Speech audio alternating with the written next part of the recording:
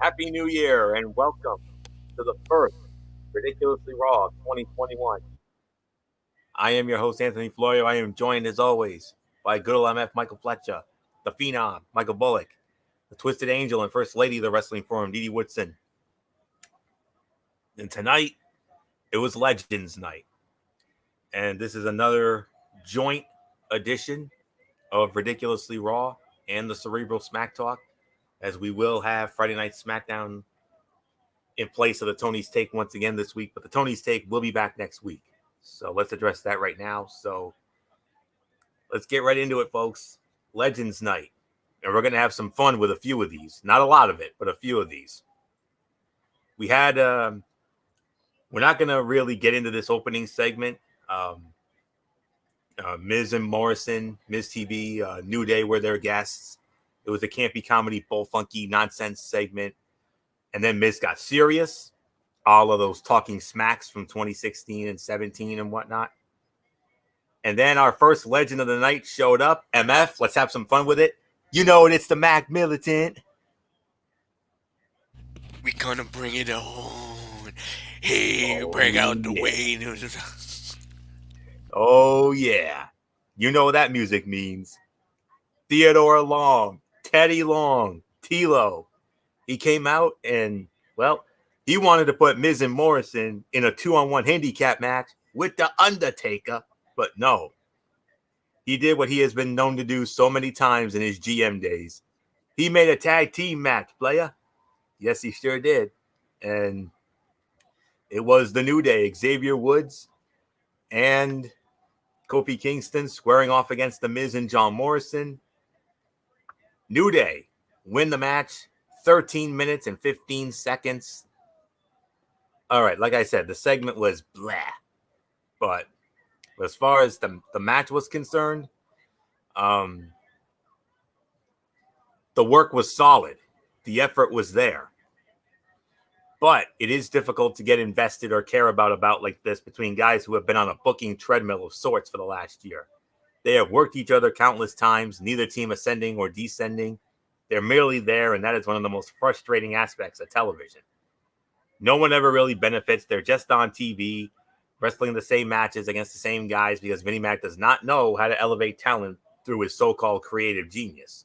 So the result is a solid wrestling match between guys who know each other well and are really too talented to be stuck in this same spot 365 days later. Such is life in the E, though. But it was a solid matchup here. I will give it about 3 to 3.25 stars. One of my top fights of the night. I probably would say maybe second best fight of the night on this, if I'm being honest. So not much more to say. MF, Tilo, our boy in the house, he made this tag team match, playa. Holla. Dude, I was doing the bomb, man. I was doing that little jive that he always does, man. I was feeling it. I was energetic. I was revved up. I was ready to go. Whenever you get, in my opinion, one of the greatest SmackDown GMs in the house on Monday Night Raw, brother, you're talking my language, boys.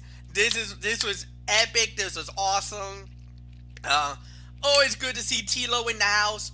But like you said, segment, bleh. But the match itself, 3.25. I thought it was a good match. I liked the wrestling psychology. I'm happy the New Day won. That gives them some more momentum. Maybe that gives them an opportunity to maybe go back and get the Raw Tag Team titles. But it looks like we got some new challengers, boys, after what happened tonight. We had a championship committee moment. We'll talk about that in a little bit. But, oh yeah, I was feeling it. This was pretty cool. Bullock, it's yours, bro.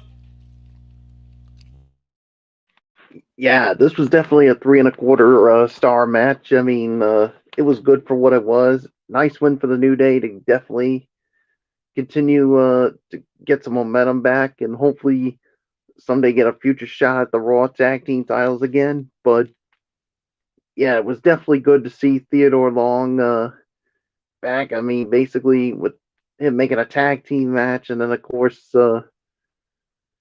yeah, I mean, like there's really nothing more to add to it. So I'm just gonna give it to Dee Dee Woodson. It is yours. Yeah, I can agree with the rating. Yeah, the segment not too good, but the match was was awesome. So I'm not going to add anything else. It's yours. Okay. Well, and now we're back to cutout stuff. Well, actually, well, one thing that we all agree Monday Night Raw's biggest problem is repetitiveness, and here we are again. The phenomenal AJ Styles squaring off against Elias. AJ Styles wins the match, 9 minutes and 45 seconds. The spot of the match, though, came after. Jackson Riker, a.k.a. Gunner, tried to go after his former Impact Wrestling colleague, AJ Styles. You know, they had a lot of run-ins down there. He tried to hit him with a guitar, but Big Omos, he smashed that thing. Oh, man. I'm getting more impressed by that guy each and every week. I just can't wait to see him wrestle. That's all I can say. I want to see him in a match someday. But AJ Styles defeats Elias in 9 minutes and 45 seconds. If you guys want to get into it, we can. If you want to move on, it's fine with me. I don't care. But whatever you guys want to do. I mean, I just want to be 100% sure on this. I'm comfortable with moving on, Anthony. I thought so. Okay. So, but I'll give a small thought. I mean, add this to the list of matches we never have to see again. First, Styles is inexplicably a babyface after spending well over a year as one of the company's top heels.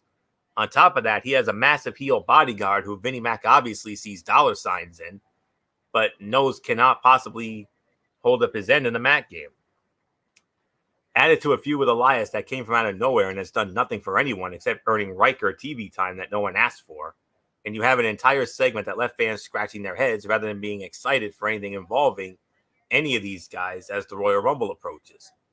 But hey, at least AJ declared for the pay-per-view's namesake match as if his involvement was ever really in question. Yes, AJ Styles is in the Royal Rumble match. That's a 2 to 2.5 star match. Then from there, we had ourselves a women's tag team matchup.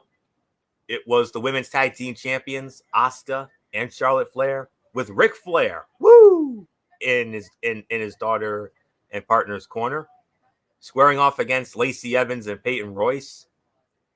Lacey Evans and Peyton Royce win the match in 12.5 minutes. MF, Ric Flair cost his own daughter the match. What's up with that? Dirtiest player in the game made a huge mistake, and boy, did it cost him. Yeah, it was a blunder. It was a goof. I don't think he realized he hooked his daughter's leg. Next thing you know, it actually cost him. And it's a championship committee moment too, Florio. On top of that. Yeah, I was about to mention that, yes. So. Not the first time you hear that tonight. Nope, not the first time you hear that. But as you noticed, Charlotte was not happy with her dad. Oh, did you see how pissed she was? Did you see how pissed she was? Wow. I have never seen her that pissed off before. Wow. Remind me to never get on Charlotte Flair's bad side. But the thing is, maybe it was okay. I understand she's mad. I understand she's not happy that she lost. But she didn't have to take it out on that. She didn't have to take it out on Rick like that. I think that was I thought that was a little excessive on my part, honestly. But I get the frustration. I get why she's angry about the loss. Totally. Completely understand. I got it. I thought she went a little overboard on it, though. That's just my personal opinion.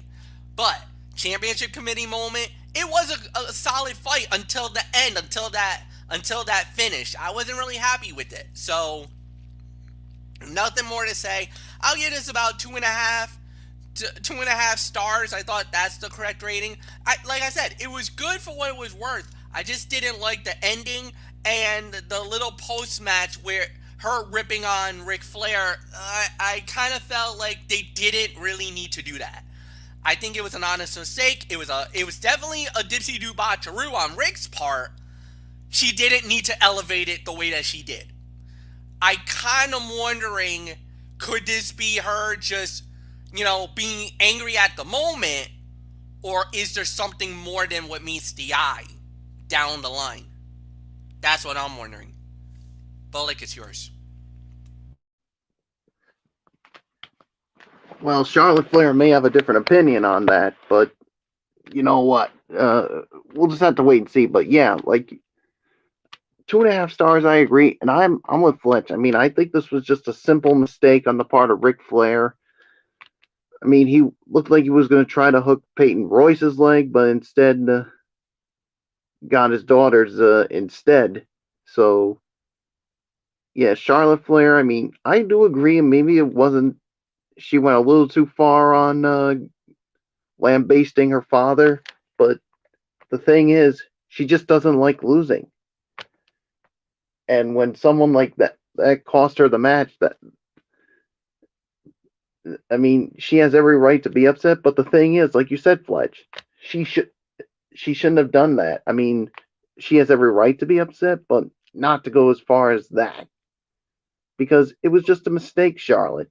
But you know what? It is what it is. So yeah, it's another championship committee moment. So yeah, so there's nothing more to say. Dee Woodson, it's yours. Yeah, I feel like we're kind of going back in history here where she hollers at her dad and kicks him out of the ring and all that kind of jazz. Um, but yeah, at the same time, you know, he did cost her the match. I can kind of understand a little bit of her point of view of why she was upset.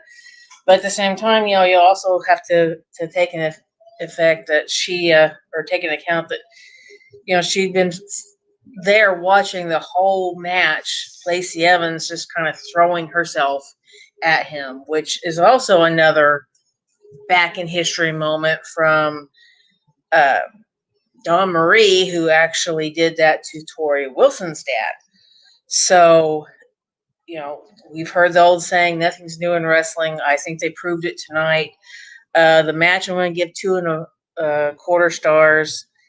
It was all right. It was a pretty good match, but just too much repetitiveness from times past on this, and yeah, Charlotte probably should not have laid out on her dad the way she did, but like I said, I can see both points of view on it. So it's yours, Florio. Yeah, this was a solid little match with no real build or reason for occurring, but it did provide Evans and Royce rare wins, so that was a nice change of pace. What was not, though, was Charlotte's belittling and berating of her father. Rick is one of the most beloved wrestlers in the history of the business and the biggest babyface in any room he enters. Why, if we are supposed to accept the Queen as the babyface, would WWE Creative even book that finish and everything that followed it? For someone this company so desperately wants us to get behind in Charlotte, it sure does book her to be this wholly unlikable character at times. Chalk this up to one of those times. But this was a solid 2.5-star match. So, but definitely a championship committee moment here. Obviously, Lacey Evans and Peyton Royce have just earned themselves a future shot at the women's tag team titles with this win, getting the fall on the champions. So that's all there was to say on that. A backstage moment, Sheamus approaching Drew McIntyre, getting ready for his big main event title match, and then ran into the immortal Hulk Hogan and the Mouth of the South, Jimmy Hart. I mean, that was a fun moment to see the Hulkster and Hogan, showing the praise for Drew McIntyre. And, yeah, what a fun moment that was. I mean, no question about that. And the stamp of approval, if you will. And that's all there is to say on that. And then all right. Non-title match here. We had the United States Heavyweight Champion Bobby Lashley squaring off against Riddle. Bobby Lashley had the Hurt Lock on Matt Riddle. Matt Riddle tapped out, but the referee, Sean Bennett, was not in position to see the tap out. And Lashley assumed that he did and let him off for the win. And then Matt Riddle with a roll-up and gets the win. And it was Riddle winning the match 9 minutes and 5 seconds. Michael Bullock, guess what? We already had one championship committee moment. Here comes another We have one. another one. Yeah, so yeah, obviously this was a mistake on the part of the referee. I mean, obviously wasn't in position to see it, so this is how it ended up being. So I'm gonna give this about two and a quarter. I just the reason I could have given it higher, but it's just the ending that really took it down just a little bit as far as I'm concerned. But yeah, it was another championship committee moment. Maybe Riddle gets a shot at Lashley's United States Championship. So we'll wait and see how that goes. So Dee Woodson, it is yours. Yeah, the referee goes to duck from Riddle's legs, and when Lashley was kind of thrashing him around, and wasn't in the where he needed to be to see the tap. So I'm not upset with how this turned out. I think that it came out to be very well done. I am going to agree with Bullock on the rating, give it 2 3/4 stars.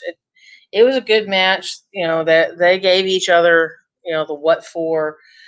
Yeah, the ref not being in position, not the greatest thing in the world, but in the end, he counted the 1 2 3, even though he did miss the tap out. So referee's decision is final. So actually, can't really say too much about that. So it's yours, Florio.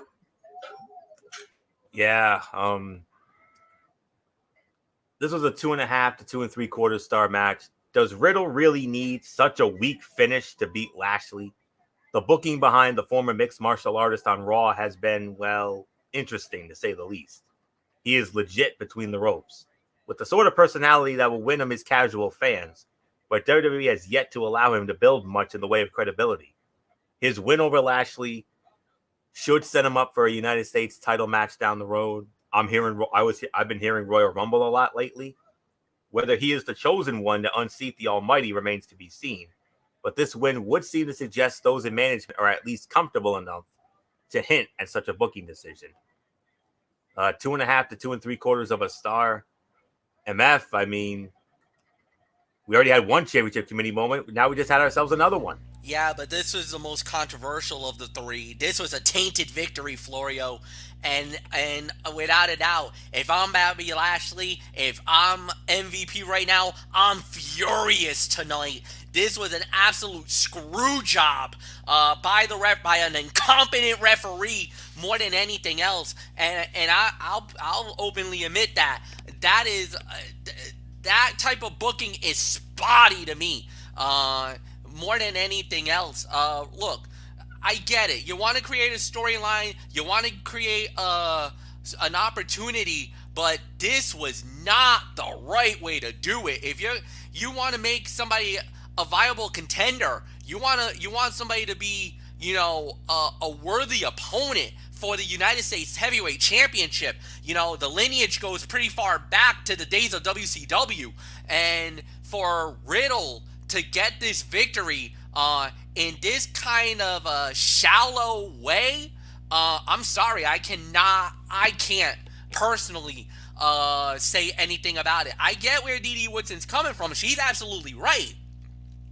Referee's decision is final in the whole 9 yards, and you can't really bark or fight against the referee.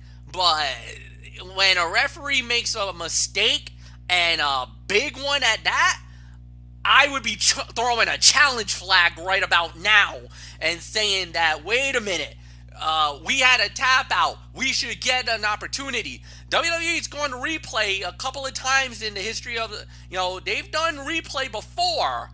This was easy grounds for a replay challenge. That's all I'm saying. So nothing more to add. I'll give this about 2.5 stars, and Florio, it's yours. Okay. Then we had, and then Randy Orton was going around and getting in the face of so many of the legends. I mean, got in the face of Mark Henry, and he got into the face of Ric Flair and others. Then we had it was supposed to be Mandy Rose squaring off against Shayna Baszler, but Shayna Baszler attacked her and knocked her out. And Dana Brooke steps in, and then Dana Brooke scores a fluky win in 40 seconds, but then Baszler laid her out with the Kirifuda clutch. And all right, that was obviously the worst fight of the night. Absolute dud. Now we're going to get into the meat and potatoes of this show right here and now. A renewal of an old rivalry from MF show, SmackDown Live, here on Raw, from the fall of 2018. We had Randy Orton squaring off against Jeff Hardy. Randy Orton wins the match in 14 minutes and 10 seconds. Didi Woodson, it's almost like we were watching back their rivalry from SmackDown Live. Randy Orton was doing a lot of the same things to Jeff Hardy that he did back on that show. Yeah, he was. And I mean, watching him stick his fingers and pull on his earlobes, it's just cringeworthy for me. I had a hard time watching it, and and that's kind of hard to do when you're sitting there in the Thunderdome. You can't really cover your eyes because they want you to show your face. But I'm sitting here, I'm having to close my eyes and turn my head a little bit because I don't want to see that happen. But yeah, this was definitely one of the better matches. I mean, I'm not going to say this one's fight of the night. I'm sure the guys know which one I think is fight of the night, but this would be right up there close to it, though. I think these guys did a great job. Orton knew how to redirect all that stuff. But at the same time, I could see how they could have, he already admitted that, he did not burn Alexa Bliss, but I could see how they could have had, the lights go out and do one of the Fiend things either at the end of the match or something. So I was kind of surprised they didn't do that or didn't have her come out during the match. But, it is what it is. This was a great match. I'm going to give it 3 to 3.5 stars because they did a great job. So, yeah, I'm not going to add too much more. It's yours, Florio. Yeah, I got to make a correction. The New Day versus Miz and Morrison was the third best fight of the night. This was the second best fight of the night here. 3.5 stars for me.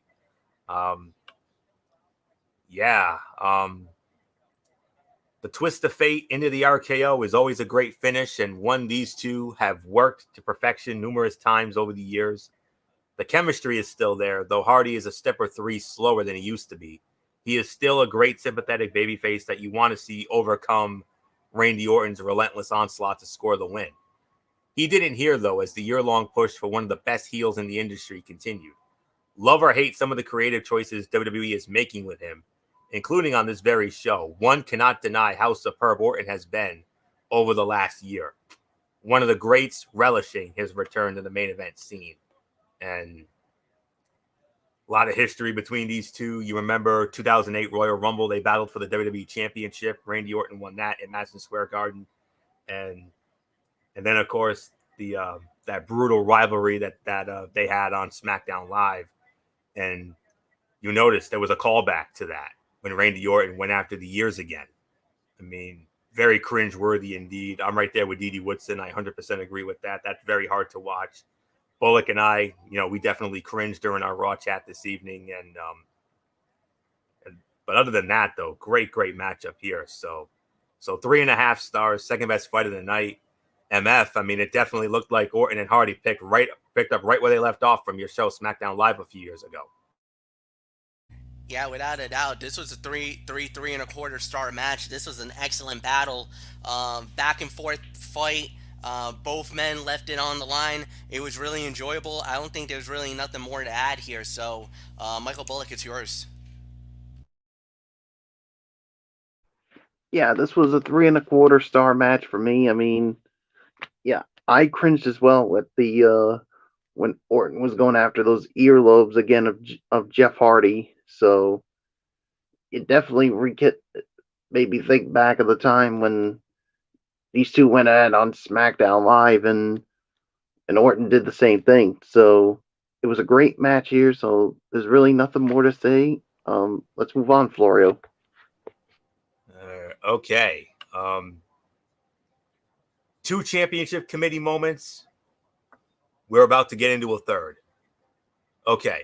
We had the Raw Tag Team Champions, Hurt Business members Cedric Alexander and Shelton Benjamin, squaring off against Lince Dorado and Gran Metalik of the Lucha House Party. And I know MF is going to have a lot of fun with this one because of the fact that as the Lucha House Party were making their way to the ring for this match, MF, who did they run into? Oh, yeah, your all-time favorite diva. You know who I'm talking about. Your favorite, MF. Melina Perez, yes. No doubts. Yeah. Back in I'm the not day. doing it. I'm not doing it. Forget that, Florio. I know, bro. But I just wanted to address that elephant in the room. Back in the day, MF and I, when we were doing the thing, I mean, he was huge for Melina, and I know he still is to this day, and I certainly don't blame him. She's still a stunner. That's all there is to say on that. She even did the Lucha. I mean, how about that? So, and I think it worked. Obviously, it worked because, well, the Lucha House Party won the match. 2 minutes and 55 seconds. Folks, I think we have ourselves yet another championship committee moment here. I mean, it looks like the Lucha House Party are going to be the next in line for the Raw Tag Team Championship. And I think the Lucha House Party owes a bit of gratitude to Melina for that little lucha that she did in the backstage area. But this was a cutout, though. I mean, MVP finally addressed the mounting issues within his own team, calling Benjamin and Alexander out for their inability to set personal differences aside for the betterment of the team. Alexander has been extraordinarily cocky, expressing the confidence that he lacked earlier in his WWE run. He's done so at the expense of Shelton Benjamin, though, and we saw it really boil over for the first time here as Alexander tried to do too much, leading to the distraction that allowed Metalik to score the win. It was a nice bit of booking, even if the match itself was mostly forgettable. More importantly, it makes the viewer want to see what will happen next between the reigning Raw Tag Team Champions, a rarity when it comes to the Red brand creatively. So, looks like we're going to have a Raw Tag Team title feud down the road with these two teams. So, big championship committee moment there. 3 in one night. Go figure. All right. And then Tori Wilson. Speaking of still stunners, there's another still stunner right there with Nikki Cross. Angel Garza got in there, and it led into 24/7 silliness. And the Boogeyman showed up, still creepy as ever. And it allowed R-Truth to get the 24/7 title back from Angel Garza, who took it from him on New Year's Eve of all days. And then we saw Big Ron Simmons. Damn! Always a laugh to see Big Ron Simmons. That's all there is to say on that. But all fun and games aside, the main event of the evening, this is the one we were all waiting for.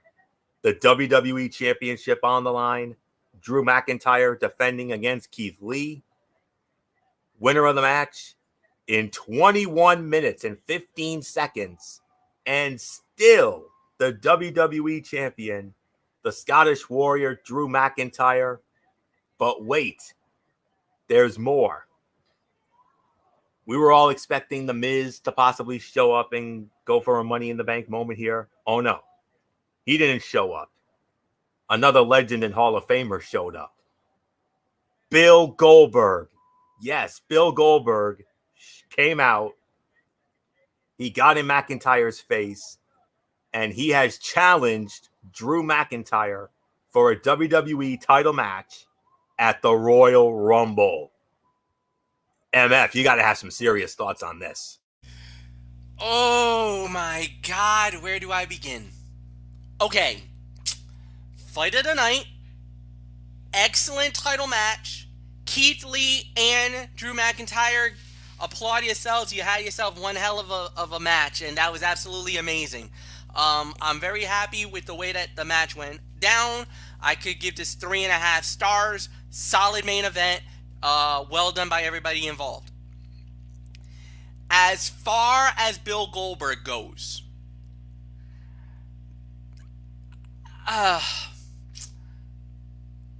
he doesn't deserve an opportunity. He doesn't deserve another title shot.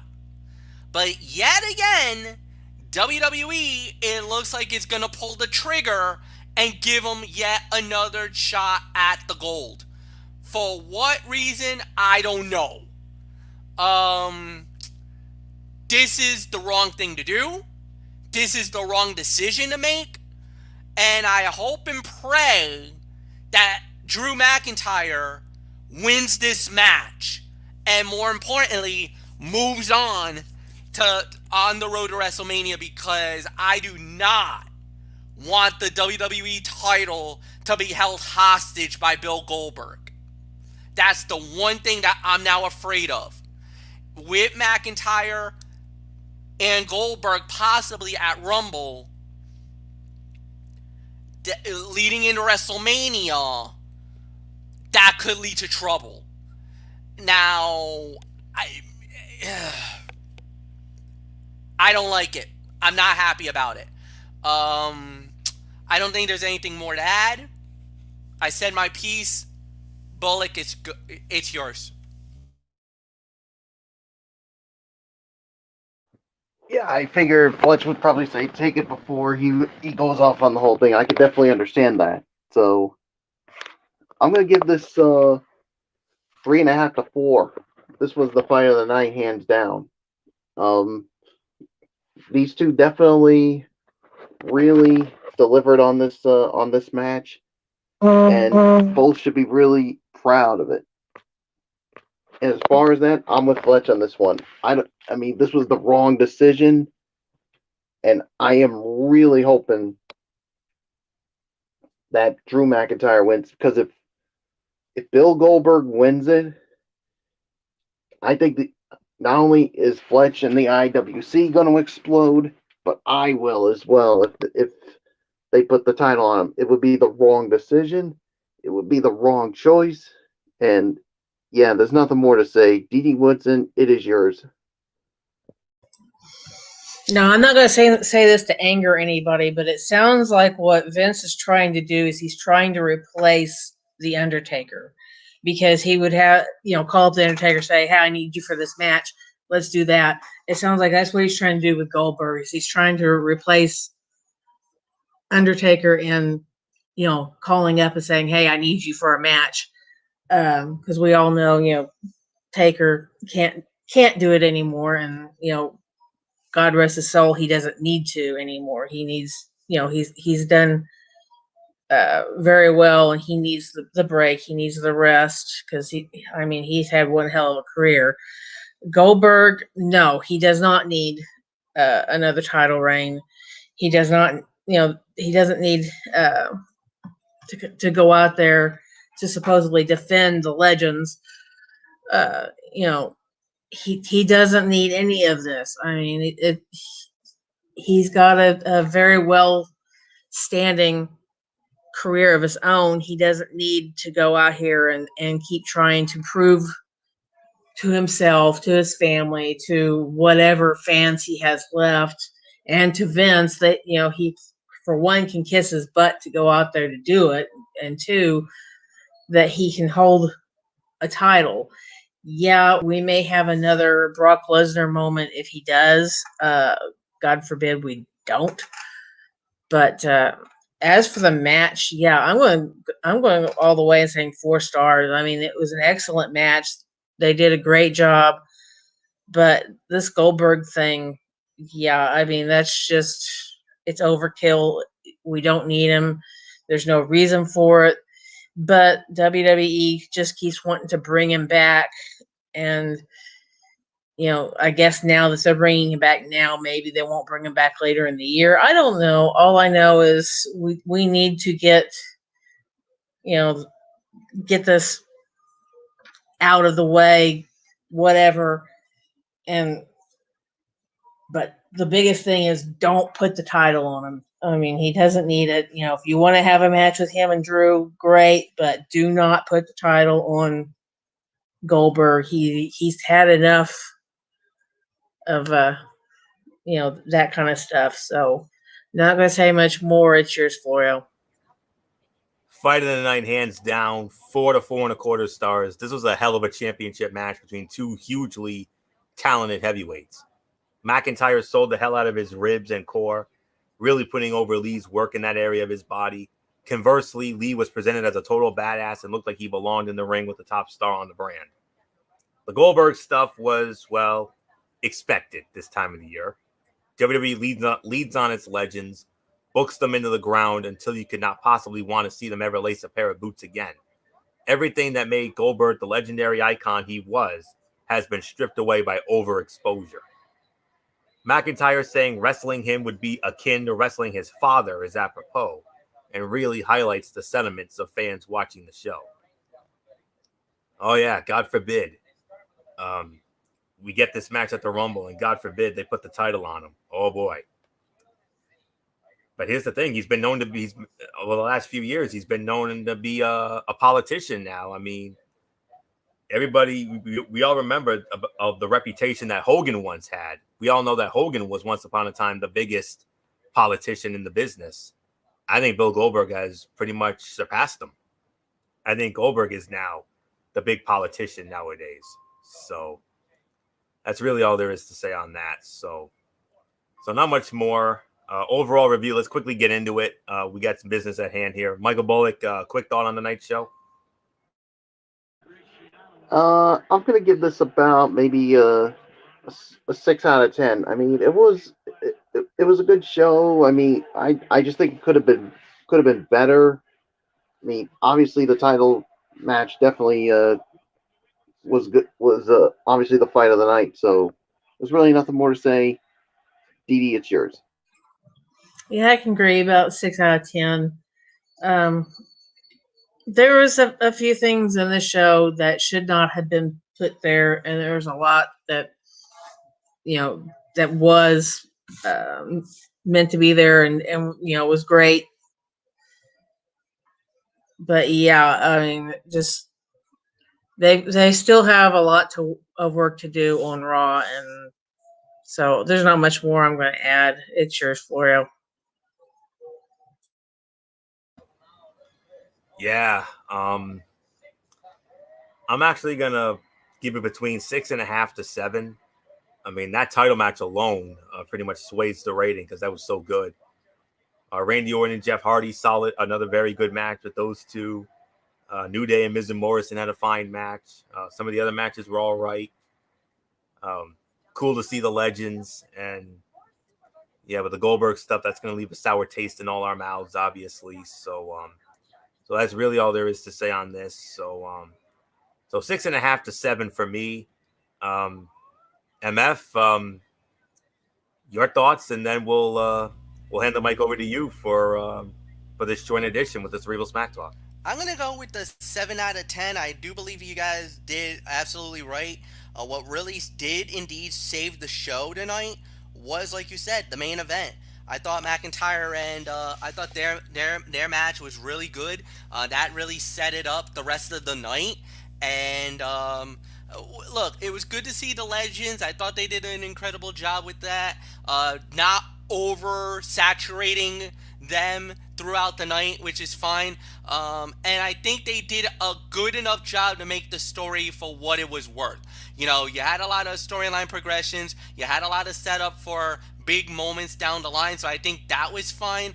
I just feel like at the end of the day, you got some build for the Royal Rumble, which is good, but I'm really, like I said, I think the biggest concern that I got right now is with the WWE title right now. I think that's the biggest problem that you're going to have, Florio, and we're just going to have to wait and see how that plays out. So, with that said, we do indeed now switch gears to SmackDown Live, and so we started it off with a promo segment by Roman Reigns with Jey Uso and with Paul Heyman. It was interrupted by Kevin Owens, and I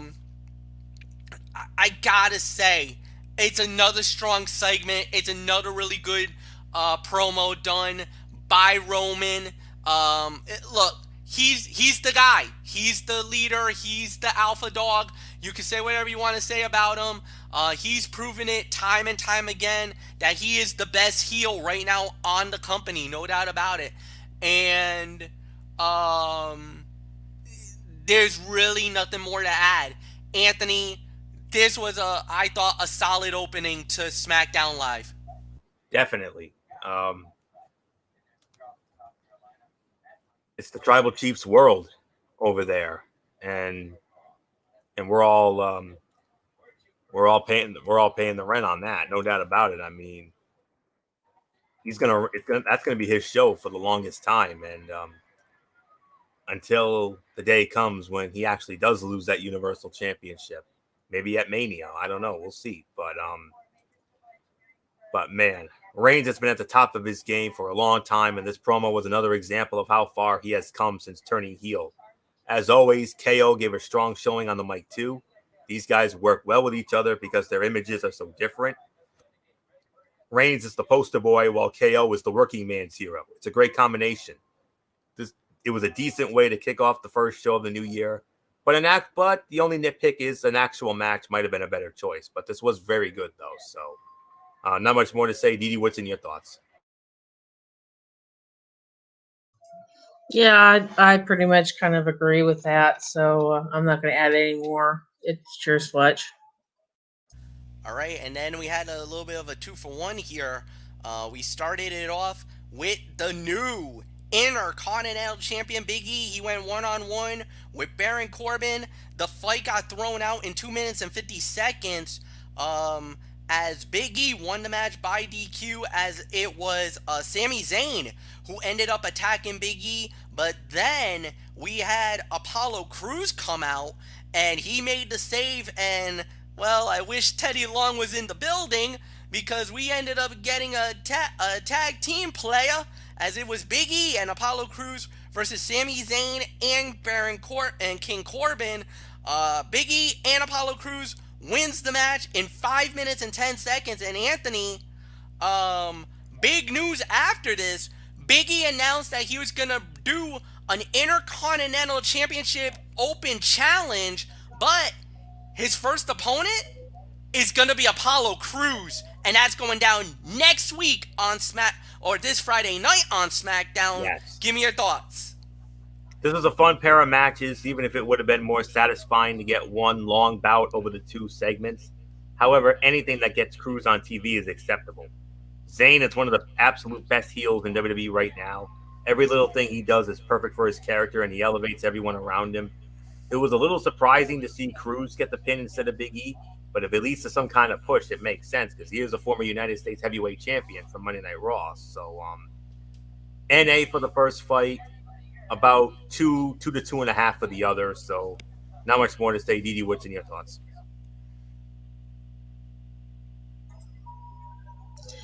Yeah, I can kind of agree with that. I mean, yeah, NA for the first one, and 1.5 to 2 stars for the second one. Zayn does do a great job playing the heel and being the goofball he is on the show. So not much more I'm going to add. It's yours, Fletch.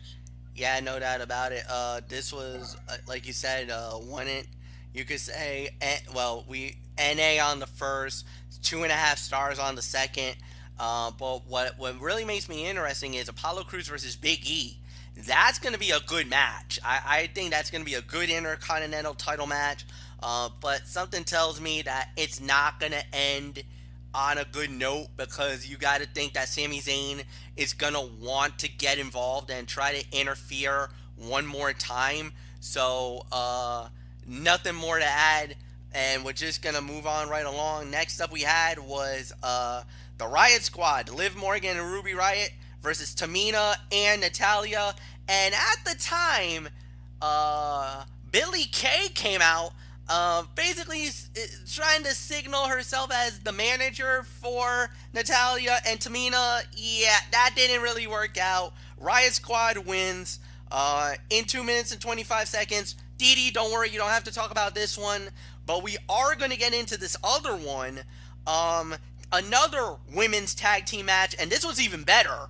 It was Sasha Banks and Bianca Belair versus Bayley and Carmella with Reginald in their corner, and it was the heel team.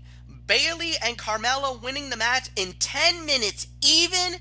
Carmella pinning the SmackDown Women's Champion Sasha Banks. Dee Woodson, Carmella has made herself viable again. Another championship committee moment.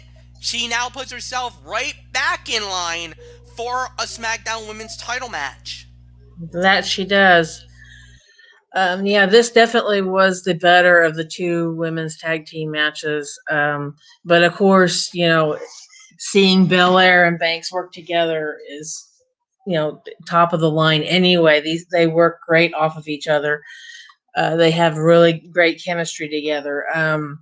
I still a little leery with the Carmella and Bayley thing because of the egos between the two, but at the same time, they did a great job. They pulled off the win. I'm going to give it probably 2.5 stars. It definitely was like I said, the better of the two matches, and yeah, it definitely goes into a committee moment, and yeah, Carmella pretty much just earned her shot again at Sasha Banks for that title. So not much more I'm going to add. Great storyline building with this one. So it's yours, Fletch. I totally agree. I gotta say, another solid match. Really nothing more to add here. Anthony, go ahead. It's yours, quick. 3 to 3.5. I mean, this is a really good match that everybody should take the time to watch. All 4 women performed like they were working on a pay-per-view, and a big one at that. Mella getting the win will set her up for a rematch with Sasha for the title down the road, but the real shining star in the bout was Bianca Belair. EST always looks so crisp with every movement. She hits a textbook suplex that makes it obvious how many people do not know how to do it properly by comparison. Bayley and Sasha are 2 of the best in WWE and put those skills on display, and one of the best things about the role model is her ability to bring others up to her level, and we saw that in this tag team bout. Not much more to say. 3 to 3.5. Move on. All right, and then after that, we did have another tag team match, as it was Daniel Bryan and Otis versus Shinsuke Nakamura and Cesaro, and it was Daniel Bryan and Otis winning the match in 10 minutes even. Look, this was a good filler match. This was a good solid battle, good solid fight. I enjoyed it, and I gotta give this at least another 3 to maybe 3.25 stars. Daniel Bryan was the star of the match, did get the win over Shinsuke Nakamura, making him submit on the yes lock, and on top of that, it gives them the momentum that they need heading off to the Royal Rumble match. I think right now Daniel Bryan is definitely considered. You got to consider him one of the favorites ever since he made that announcement a couple of weeks ago that he was going to be a part of the Royal Rumble match, and now all of a sudden 2 big wins. And a nice little thing for Otis as well, as he gets a little momentum as well. I like what's going on. I like what I see. And especially if you're a Daniel Bryan fan, optimism for Daniel leading to the Royal Rumble. And there's really nothing more to add. So, Anthony, it is yours. Agreed. Another 3 to 3.5 star match. Again, WWE delivers a solid tag team match. This was the 4th in a row on this show, but each one felt different in its own way. The team of Otis and Gable could either be great or a joke. It depends on how WWE books them moving forward. The pre-match video showing Otis and Bryan working on hip technique was not a great sign. Cesaro and Nakamura remain 2 of the best and most underutilized stars on the roster. Let's hope they both have more success in 2021. But other than that, another good match here. 3 to 3.5 stars for me. Didi, your thoughts? Yeah, I can agree with the rating, and yeah, that opening segment, look, it was just really bad. They could have worked that a lot better than what they did, but the match was very, very well done, and, a great way to start building, something here to lead into the Royal Rumble. So not much more I'm going to add. It's yours, Fletch. And then in the main event, we had Jey Uso versus Kevin Owens, and this was a pretty short match, but Kevin Owens does win the match. I don't have a time. That's fine. That we don't even need to worry about that. What happens after the match? Roman Reigns and Kevin Owens went at it. It got personal, and Roman Reigns destroys Kevin Owens again. Anthony Florio. Oh my goodness! If this is not the most personal and most ugliest rivalry right now in WWE, man, holy cow! These guys are. This is why SmackDown is where they're at right now. Definitely. The match with Uso and the beatdown that followed made Owens look like a badass, but it wasn't much of an actual wrestling match. It was still highly enjoyable. 2.5 in that aspect. Uso is so good at selling, and Owens is incredible at the verbal aspect of the game. Together, they kept everybody's eyes on them until Reigns showed up to back cleanup. The table spot at the end looked great. This feud has been awesome, and it's not surprising WWE wants them to keep it going. They will likely have another rematch at the Royal Rumble, and then that'll probably be the blow-off right there.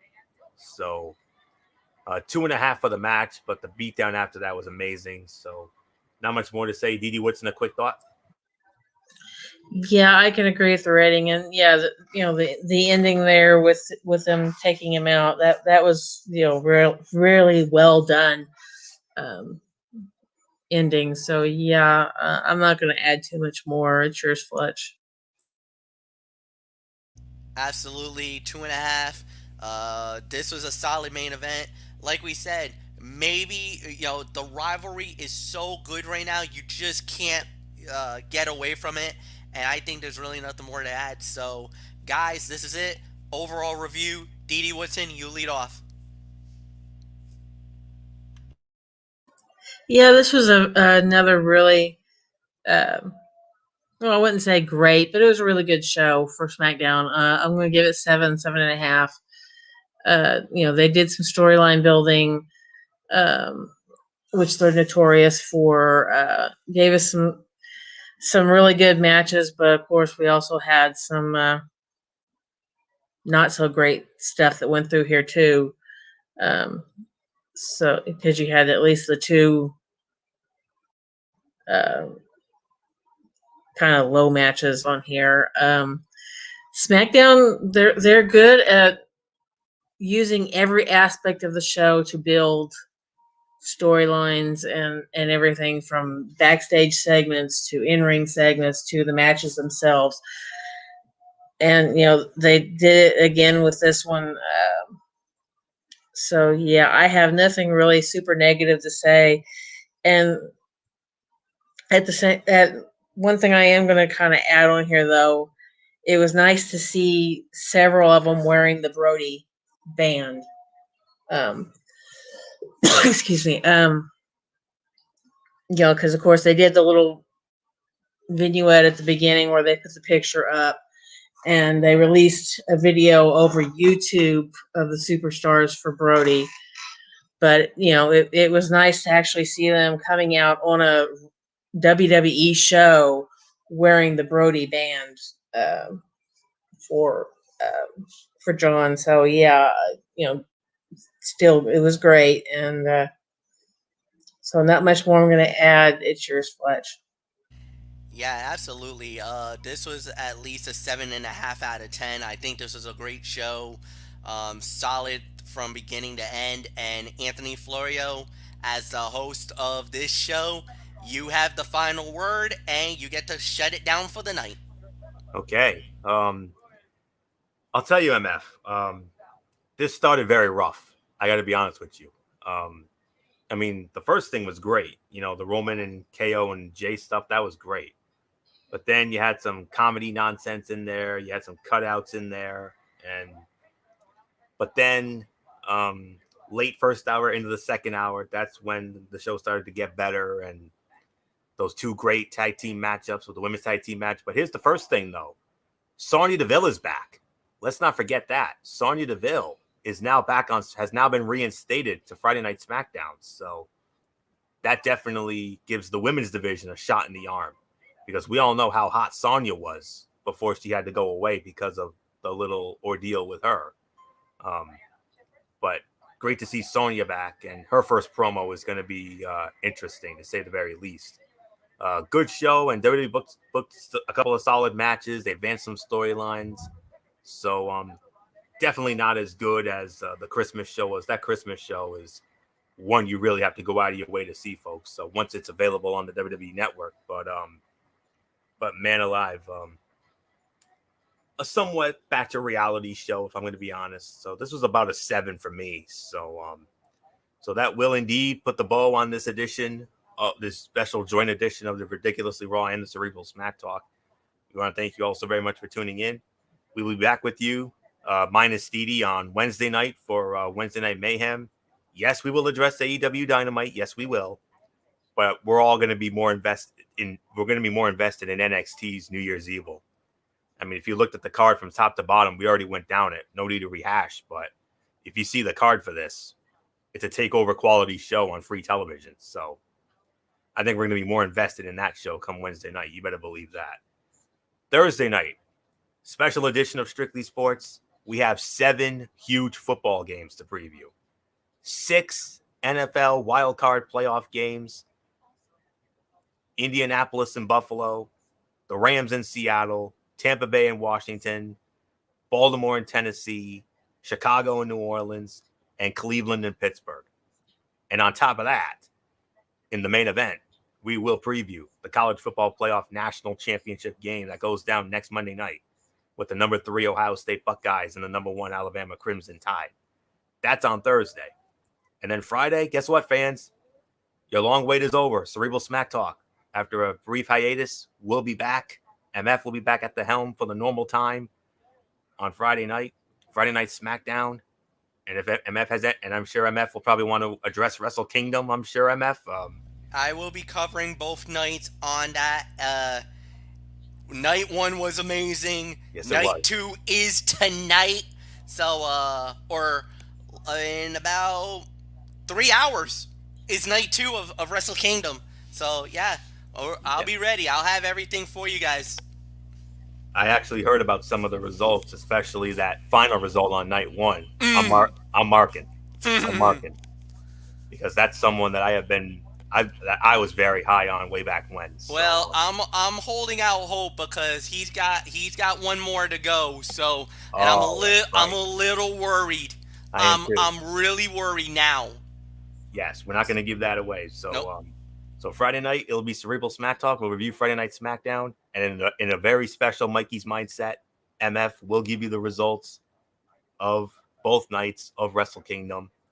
You don't want to miss that on Friday, and then next Monday night, we'll do it all again for Ridiculously Raw, and we'll run the gambit again. So that'll do it. So until Wednesday night for Wednesday Night Mayhem, it's Anthony Floyo here for good old MF Michael Fletcher, for the Twisted Angel Didi Woodson, and in spirit, Michael Bullock and Derek Ferreira. You know the routine, everybody. Thumbs up. Talk to you later. Yeah, throw the Fortune 4 style.